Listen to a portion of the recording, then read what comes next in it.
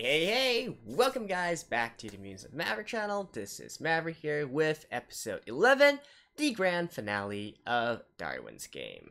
So, yeah, last episode, right? I gotta say, I think things have been getting much more interesting as the series has gone on.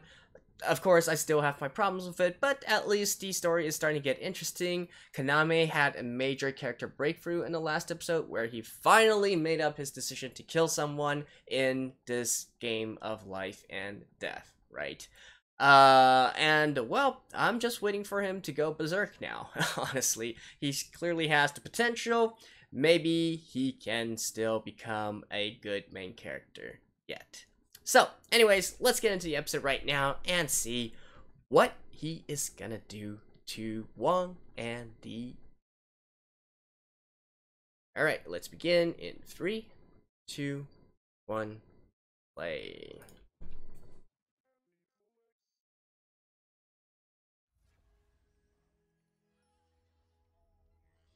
We're probably also gonna see some of his hidden special abilities and whatnot. His, what's it called? His privilege? Yeah.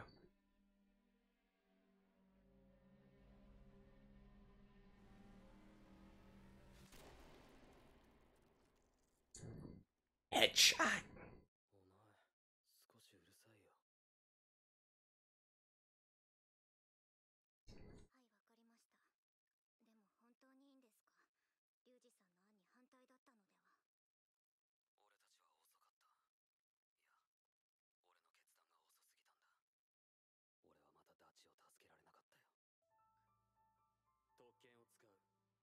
Ooh. Speak of the devil.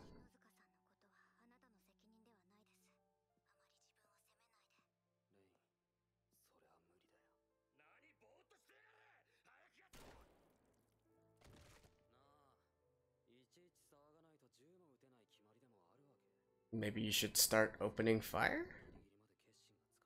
What are you guys standing around there for? You guys are the worst gang members.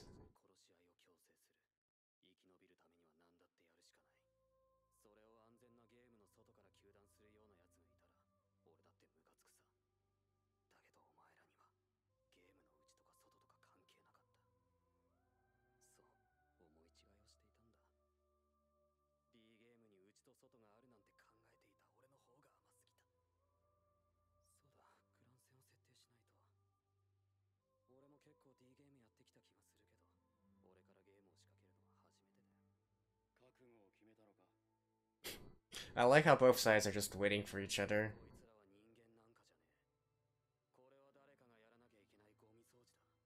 Ugh, never mind.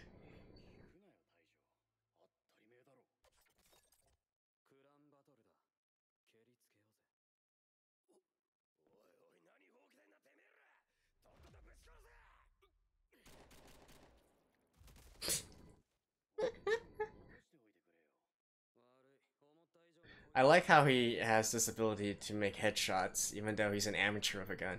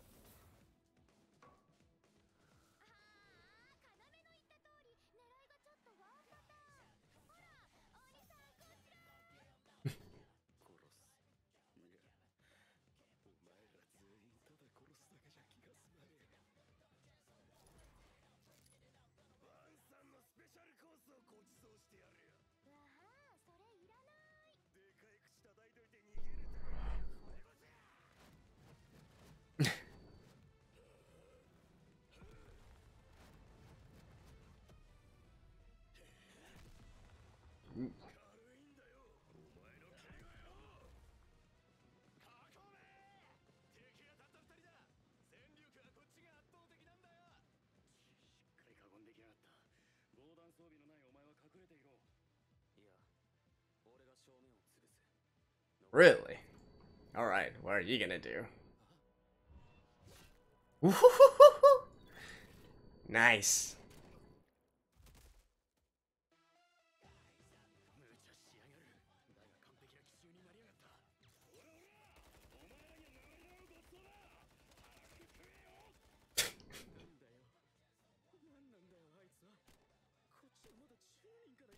Just get.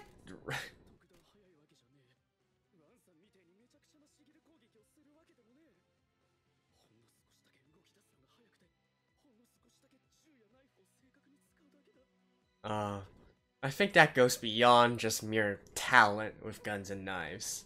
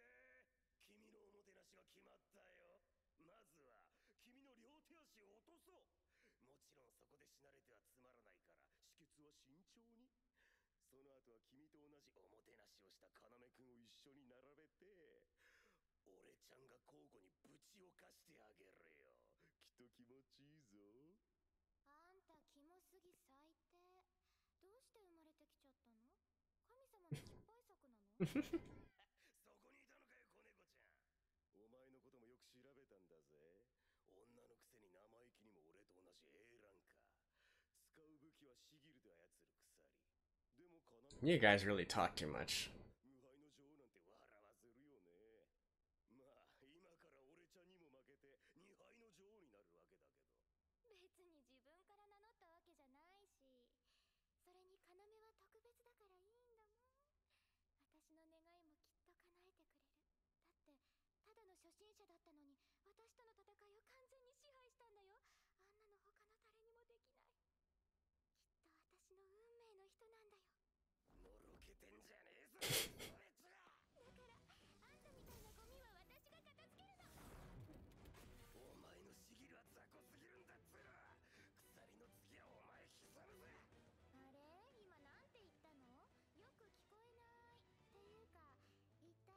Hmm? What?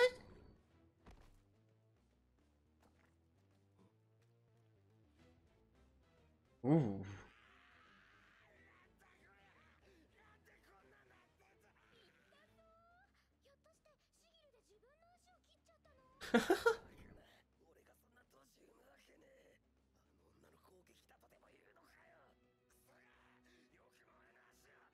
Damn, no churro.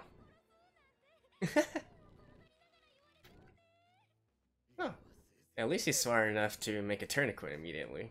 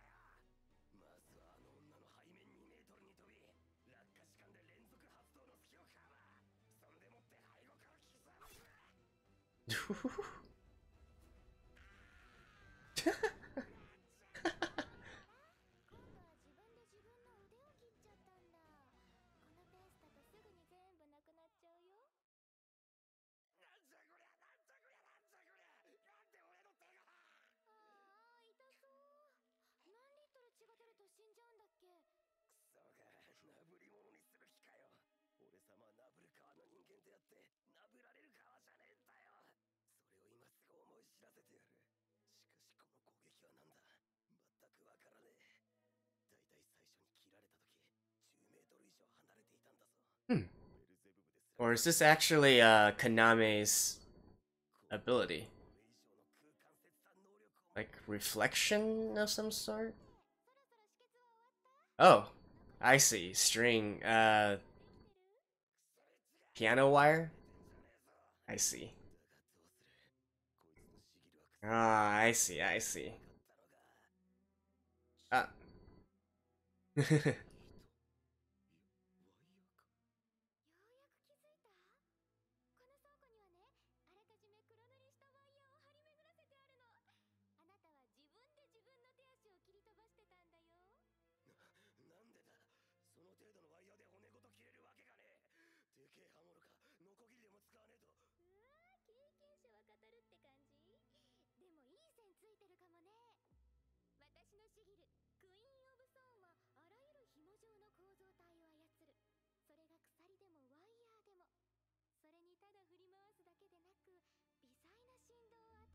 Hmm.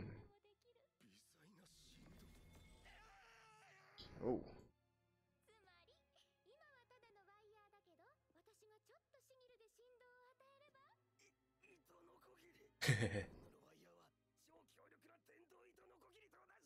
Yeah, he's about to be completely.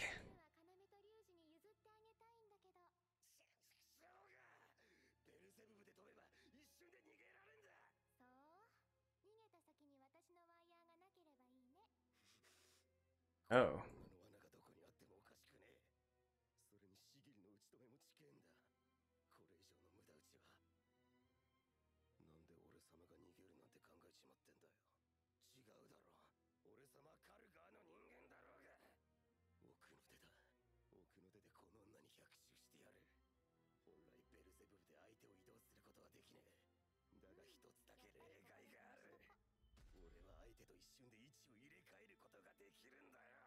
Ooh.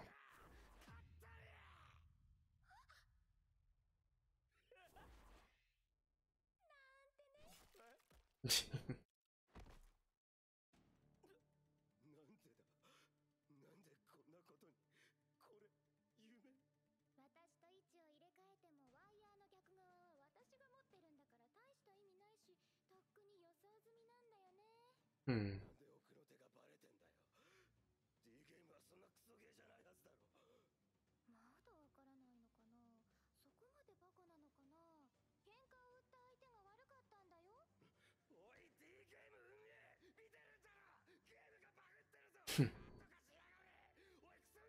Okay, I get it. This is Kaname's ability, right? He can know the specifics of a player's sigils.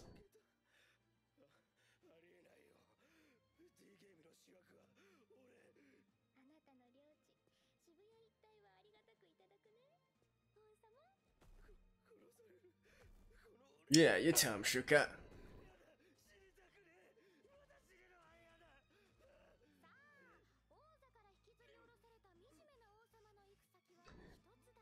To the guillotine!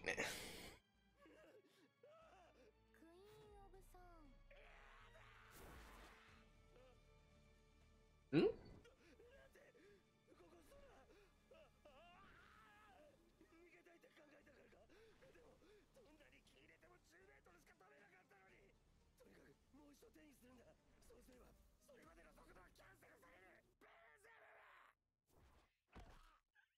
Oh.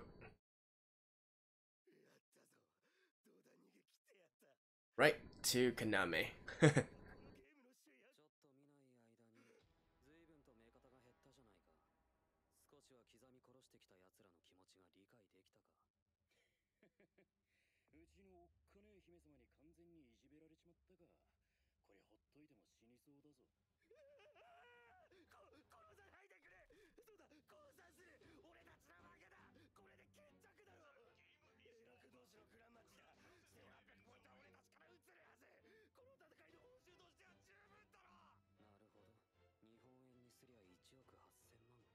Not bad.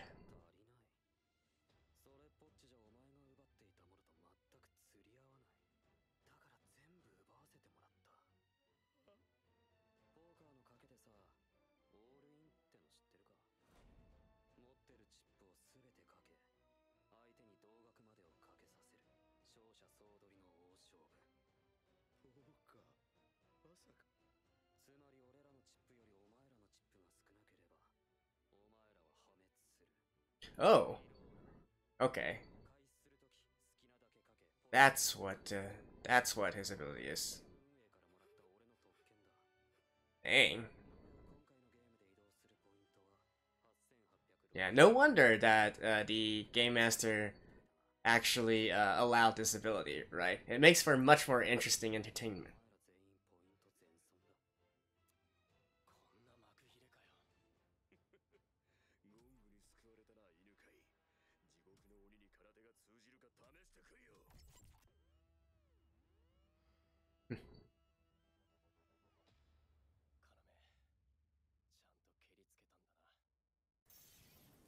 Alright, so I think that was one of the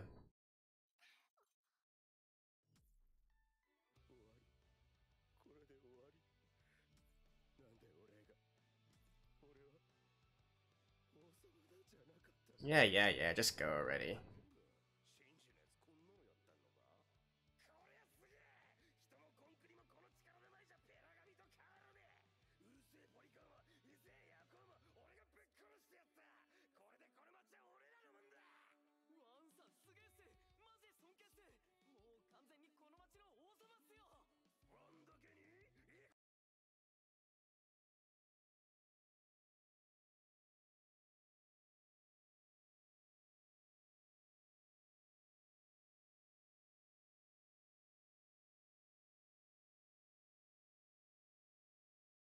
Yeah, the one remaining is the strongest poison. But, you know, that strongest poison is going to serve the one who put them in the first place.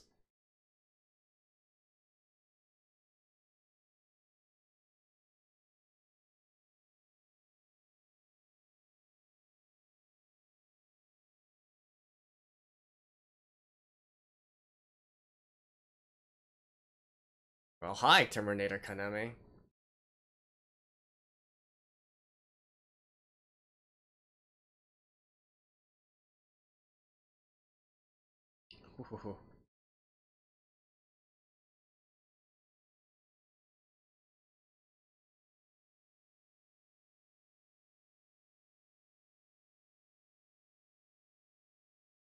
Yeah, I agree.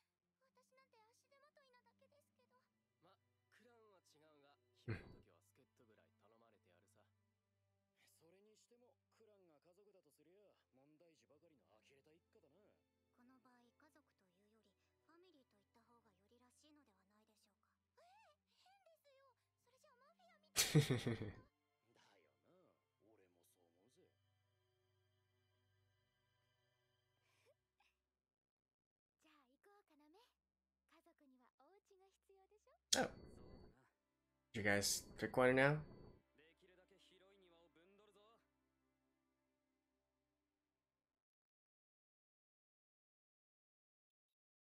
対象にしていたのは彼が台風の目に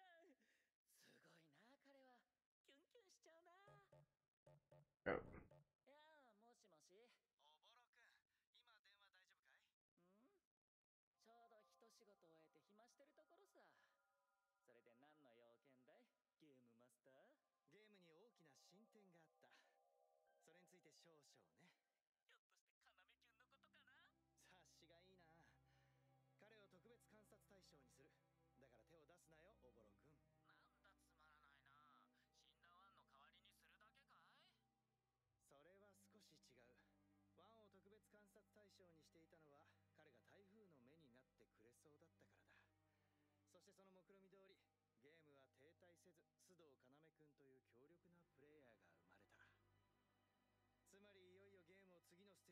What this means, though, is that there's bound to be some new players that are maybe even equal to Kaname, right?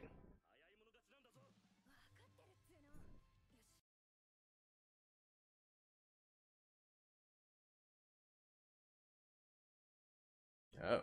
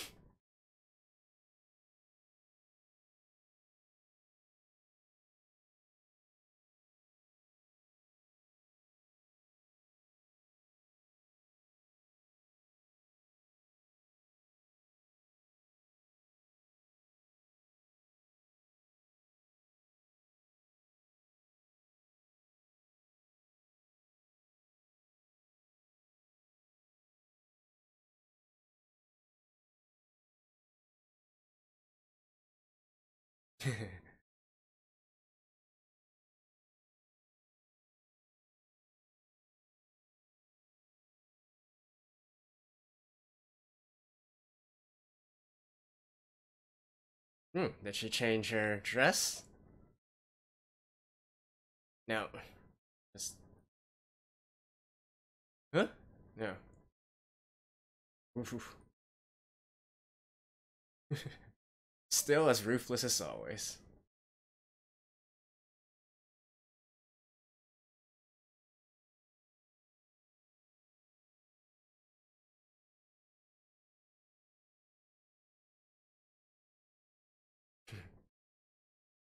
I mean, I guess she didn't really kill them.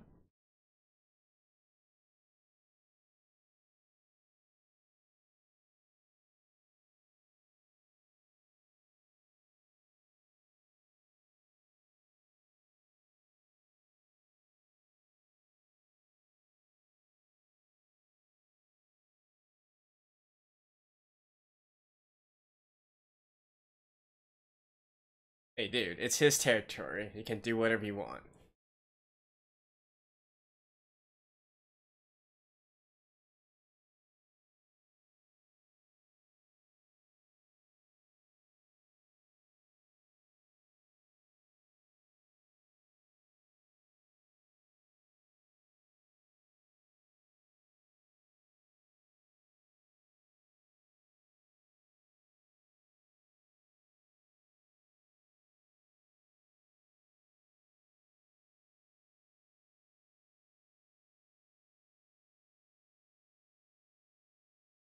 Hmm. Oh yeah, they are dressing in all black. Okay. Okay, I get it. Ravens, right?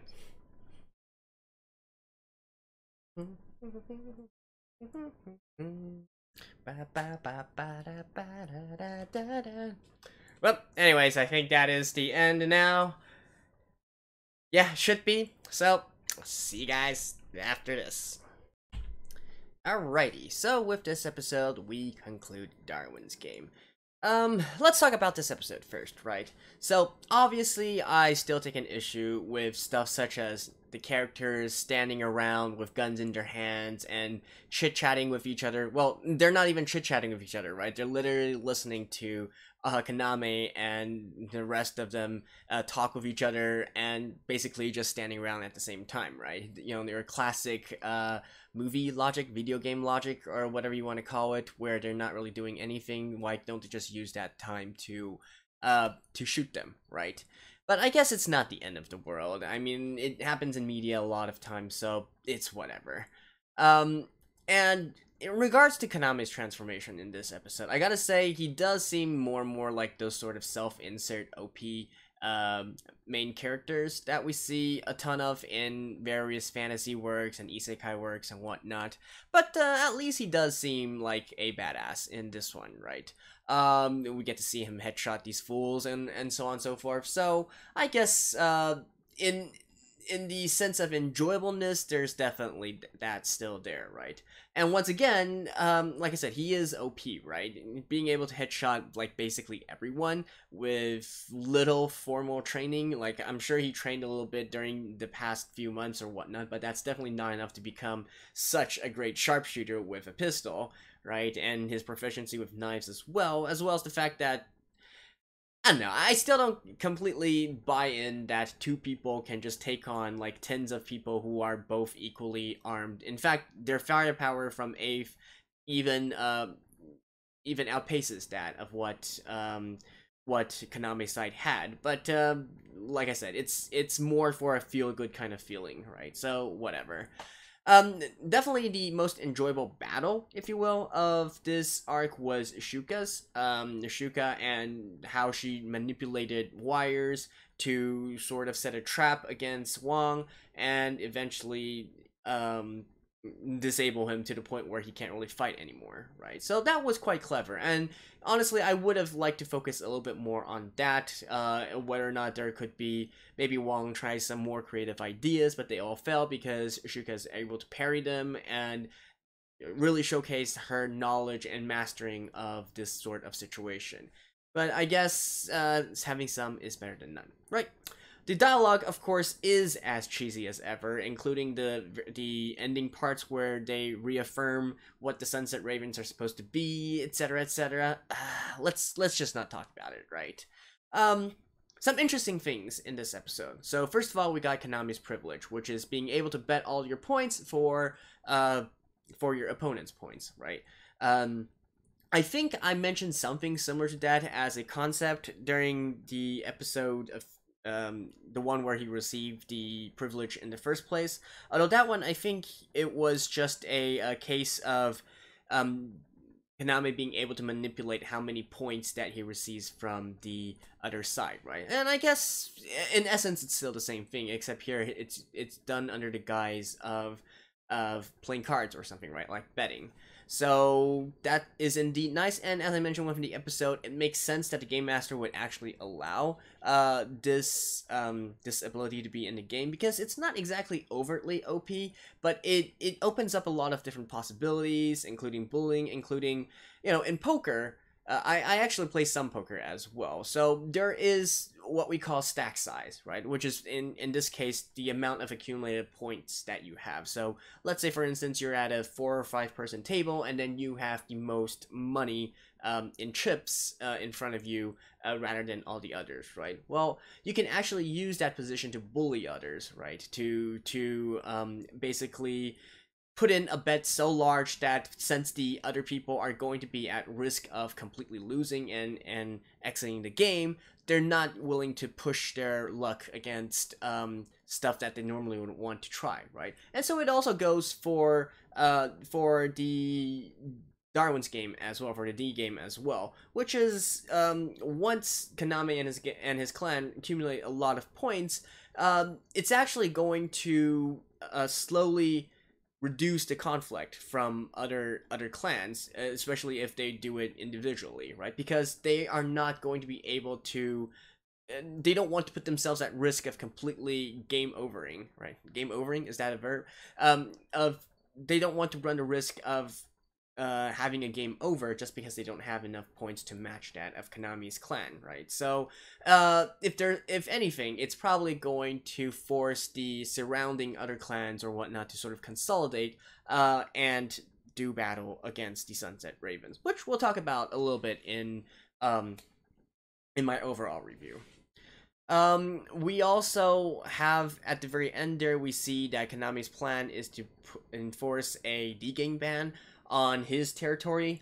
Now, there's two things that I immediately think of. One is, with his sort of manpower, how exactly is he going to be able to cover all this area, right? He definitely needs some more people, and that's probably where the story continues to pick up, where he continues to recruit people and maybe recruit some, I guess, some more normal foot soldiers, if you will, just to have another headcount to do duties which they otherwise couldn't have done, right? So that's one thing.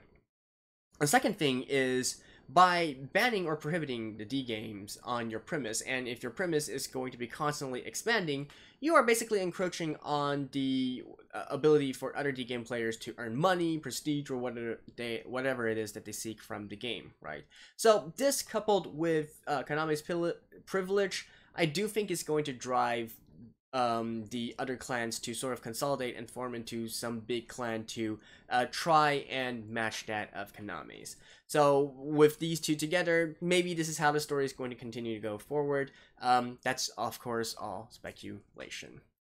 Now, for the overall series at hand, right? Now, I'm just going to be clear right off the bat here. I don't think it's written particularly well in terms of the pacing, in terms of the storytelling, in terms of the characters, dialogue, etc., etc. However, it is fun in its own way, right? It's fun in that if I just simply turn off my brain and put all the other stuff aside, it's like watching an action flick, you know, one of those summer blockbuster movies where you don't really need to think too deeply about what is actually going on and just enjoying the cool visuals and the cool stuff that's happening on screen, right? That's how I feel Darwin's game is sort of like. I mean, you guys have been listening to me for 11 episodes now, and in my reviews for each episode, you probably also noticed me complaining about something that is illogical, it's inconsistent, and I just generally don't like how a lot of the events or characters happen or appear, or some stuff that the characters do or say, which I think are illogical in of itself, right? So that is definitely a big negative that I will take from this series.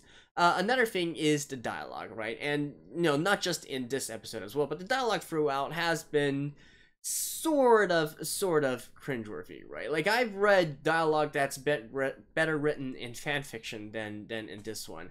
Now, granted, some of this might be because of translation issues, right? And we always got to keep that in mind. But overall, I do feel like a lot of the dialogue is just, you know, I don't know what to say. It's just, when I look at it, I'm just like, yeah, okay, whatever you say, right? So it kind of gives off that kind of feel for me. And of course, we gotta talk about Kaname, right? Because at the end of the day, he is a basically self-insert, overpowered main character here. And even though this is taking place in the current world that they live in, you could easily say that this is an isekai as well, since they have this layer of abstraction with the D game application and so on and so forth, right? So not exactly my favorite type of main characters, but I guess they do appeal to a lot of people because they just want to feel good, right? They want to beat people up and not allow them to have any chance to fight back. So that is all okay. Now, the thing that I was harping on, again, pretty early on, was the fact that I feel Kaname is sort of having this holier-than-you attitude, and that doesn't really fit when you consider everything that's happened. You know, Kaname said it himself in this episode, right? Even though killing someone is bullshit, allowing others or himself to be killed is even more bullshit. So, in this case, where Darwin's game is literally a game of life or death, he should have took this much more seriously in the beginning episodes, right? And definitely should not have this continued attitude where he wants to not kill and so on and so forth. Like, sure, it kind of worked out for him in the previous arc where they were in the special event, right? But I feel like even that, there's a lot of liberties being taken and a lot of coincidences happening, let's just say, for Kaname to have survived in that scenario and not end up dead already. So those are some of the bad stuff that I have about this series. Now, what do I like? I do like the setting of it, and I feel like it explores a lot of different themes that honestly could be expanded, but unfortunately was not, right? And what I'm talking about is stuff such as the protection, is it called the protection field or whatnot? Basically something that you can buy and you won't be attacked for a certain amount of time, something like that, which has actually, you know, again, being a player of these kinds of games, I can tell you right now that those are invaluable in terms of if you really want to get a good night's sleep or not, let's just say. So, it has this sort of stuff within the series. It's just not really choosing to utilize them so well. And, you know, even the nighttime ambushes, this is something that I feel like they never really explored. Does it because clearly they don't need your consent to initiate a D game, right? So how can you sleep well at night knowing that somebody might sneak near you and kill you at any time? You don't know what their sigils are, right? If it was someone like Wong, and who actually knew where Kaname lived, and Kaname wasn't prepared, he could have just teleported in, whoosh, and the entire story would be over, right? So that's that. And also, one big thing that I really wish they sort of covered is the concept of ganging up, right? So, I held this belief since the first episode, and I still hold it now. To become strong in D game, you basically want to have a large clan, right? You want to have the superiority in manpower, because manpower really matters here. And unfortunately, we never really got into the consequences of ganging up on others. So why doesn't everybody just use this as sort of their default strategy, right? Like, hey, I challenge you to D game, but actually my buddies are back over there preparing an ambush and whatnot, right? So, and also this ties in with the clan recruiting and so on and so forth. So I'm a bit bummed that it never really continued with this line of thought or thinking, but I guess it is what it is, right?